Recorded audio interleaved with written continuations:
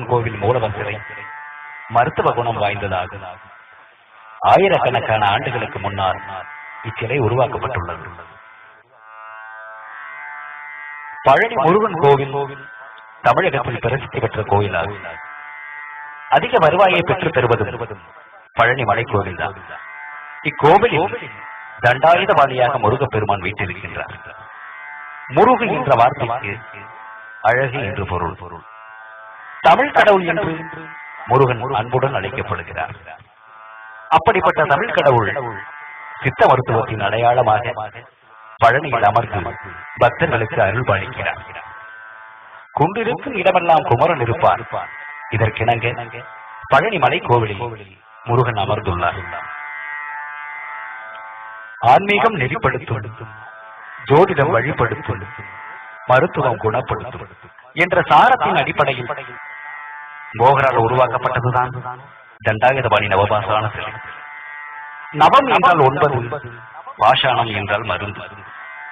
சித்த மருத்துவ மூலிகை அகராதிப்படி நவபாஷாணம் என்பது 9 வகையான மூலிகையின் கலவை என்று பொருள். கலியுகத்தின் முதல் நூற்றாண்டில் தான் தண்டாயுதபாணி சிலை உருவாக்கப்பட்டது. அதாவது மகாபாரதத்தின் அர்ஜுனன் மகனான அபிமன்யுவின் மகன் பரிஜத மகாராஜாவின் காலம். இவரது காலத்தில் தான் நவகோடி சித்தர்களும் யோகிகளும் ஞானிகளும் ரிஷிகளும் முனிவர்களும் வாழ்ந்து வந்தனர். அந்த நவகோடி சித்தர்களும் 18 சித்தர்கள் முதன்மையானவர்கள். இவர்கள் ஜோதிடம், ஆன்மீகம் மற்றும் முக்காலத்தையும் உணர்ந்தவர்கள். பரமசிவன் மற்றும் பார்வதி ஆகிய தெய்வங்கள் யோக சாஸ்திரத்தை நந்திக்கு கூற, நந்தி தேவர் அதை திருமூலருக்கு கூற, அவர் காலநாக்கு கூற, கடைசியில் ஸ்ரீ போகரை யோக சாஸ்திரம் வந்தடைந்தது. இந்த போகரே பழனி மலை கோவிலில் கருவறையில் உள்ள தண்டாயுதபாணி சுவாமி சிலையை நவபாஷாணத்தால் உருவாக்கியவர். போகர் வைகாசி மாதம் பரணி நட்சத்திரத்தில் பிறந்தவர். அஷ்டமா சித்திகள் பெற்றவர். காய சித்தி எனப்படும் அருள் பெற்று வானவெளியில் பறந்து உலக நாடுகளை சுற்றி வந்தவர். கிரகங்களை பற்றி நன்கு அறிந்தவர். இதனால்தான் செவ்வாய் கிரகத்தின் கதிர்வீச்சு நேரடியாக விழும் இடமான பழனி மலையை தேர்ந்தெடுத்தார் போகர். செவ்வாய் கிரகம் ஆட்சி அதிகாரம் செலுத்துவதற்கான கிரகம். மேலும் செவ்வாய் கிரகம் வெப்பம், ரத்தம் மற்றும் நரம்பு மண்டலத்துடன் சம்பந்தப்பட்டது. கிரகத்தின் தன்மைக்கேற்ப சிலை வடிக்க போகர் விரும்பினார். இதன் பிறகு தனது 18 சீடர்களுடன் ஆலோசித்தார். 64 வகை கலவை, 120 வகை உபரசம், 11 வகை உலோகச்சத்து, 15 வகை காரசாரம், 108 வகை மூலிகை சாறு, தாது பொருட்கள் மூலம் உருவான ஒரு தீமுருகல் பாசானம் மற்றும் சிவப்பு பாஸ்பரஸ், வெண் பாஸ்பரஸ் ஆகியவற்றை சேர்த்து புதுமையான கலவையை உருவாக்கி போகர் தண்டாயுதபாணி சுவாமி நவபாஷான சிலையை உருவாக்கினார். இந்த கலவை ஜோதிடத்தின் தன்மையாகிய 4 யுகங்கள், 60 வருடங்கள், 12 மாதங்கள், 9 கிரகங்கள், 27 நட்சத்திரங்கள், 7 நாட்கள் ஆகியவற்றை பிரதிபலிக்கிறது. திதி, யோகம், கரணம் எனும் ஜோதிட மண்டப தத்துவப்படி செவ்வாய் கிரகத்தின் வெப்பம் மற்றும் தீமுருகல் பாசானத்தின் வெப்பத்தை இணைத்து புதுமை கலவையான நவபாஷானம் தயாரிக்கப்பட்டுள்ளது. தண்டாயுதபாணி சுவாமி நீர் ஊற்றிக்கொண்டே இருக்க வேண்டும், காற்று வீசிக்கொண்டே இருக்க வேண்டும். இதன்படி பார்த்தால் மலையை சுற்றிடும் குளம், நதி, வயல்வெளிகள் இருக்க வேண்டும். பழனி மலையை சுற்றி சண்முக நதி, வையாபுரி குளம் மற்றும் வயல்வெளிகள் இருப்பதை நீங்கள் அறியலாம். அருள்மிகு தண்டாயுதபாணி சுவாமியின் சிலையை பிரதிஷ்டை செய்யும் போது குன்றின் மீதுள்ள சிலையை சுற்றிலும் தண்ணீரால் சூழப்பட்ட நிலையில் போகர் அமைத்தார்.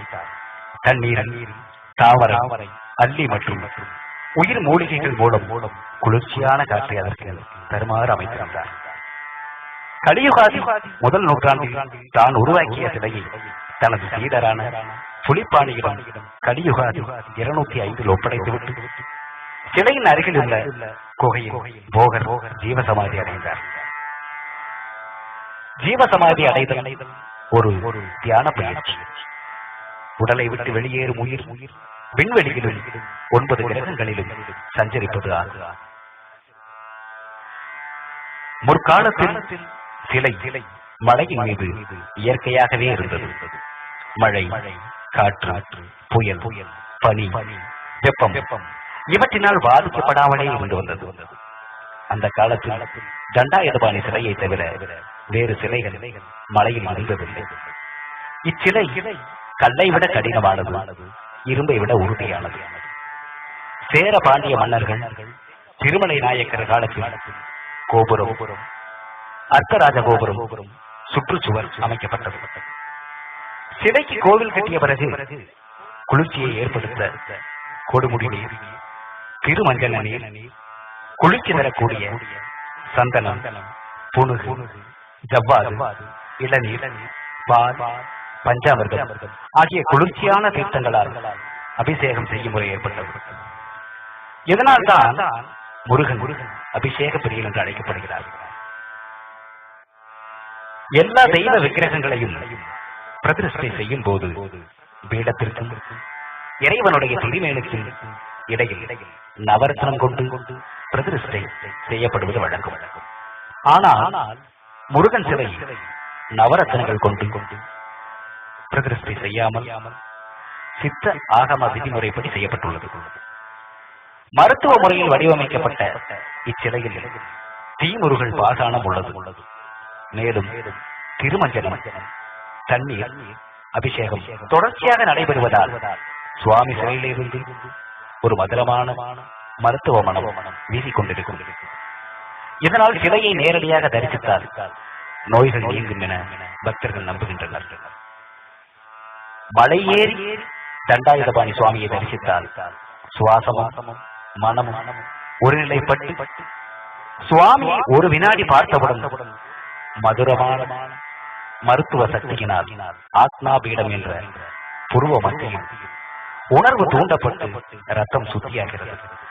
இதனால் மக்களுக்கு உடலில் தேவகாந்த ஆற்றல் எனப்படும் ஒரு வகை சக்தி ஏற்பட்டு நோய்கள் நீங்கி நீண்ட ஆயுளுடன் வாழ வழிவகுக்கிறது.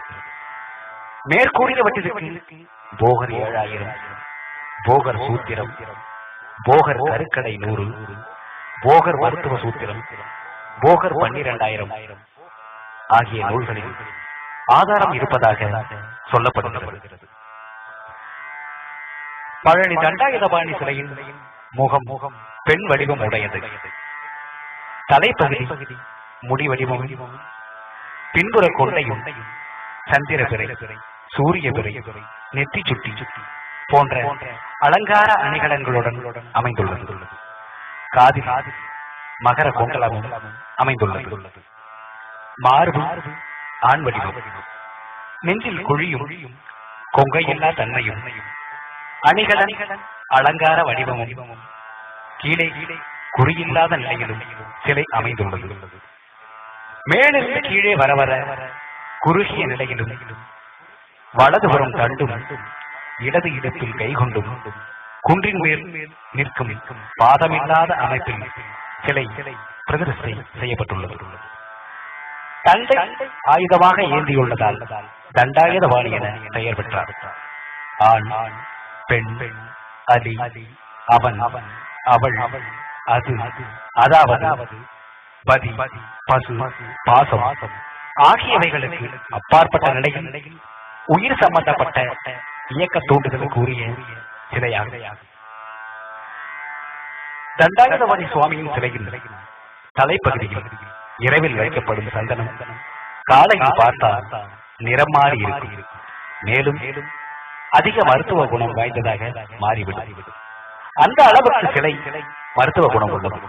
அந்த சந்தனத்தை உடம்பில் பூசிக்கொண்டாலோ அல்லது சாப்பிட்டாலோ நோய் நொடிகள் நீங்கும். இச்சந்தனமே ராக்கால சந்தனம் என்று அழைக்கப்படுகிறது. கோவில் கருவறை மூடப்படும் போது ஏற்படும் வெப்பத்தால் தண்டாயுதபாணி சிலை வியர்த்து ஒருவித நீர் சிலையிலிருந்து வழிய தொடங்கும். இது கௌபீன தீர்த்தம் என்று அழைக்கப்படுகிறது. இந்த தீர்த்தம் அதி அற்புதமான மருத்துவ குணம் பெற்றது. போகர் பெருமானால் உருவாக்கப்பட்ட சிறப்பு வாய்ந்த அருள்மிகு பழனி பாலதண்டாயுதபாணி சுவாமியை தரிசனம் செய்து வாழ்வில் நோய் நொடியின்றி சகல செல்வங்களும் பெற்று சிறப்புடன் வாழ்வோமாக.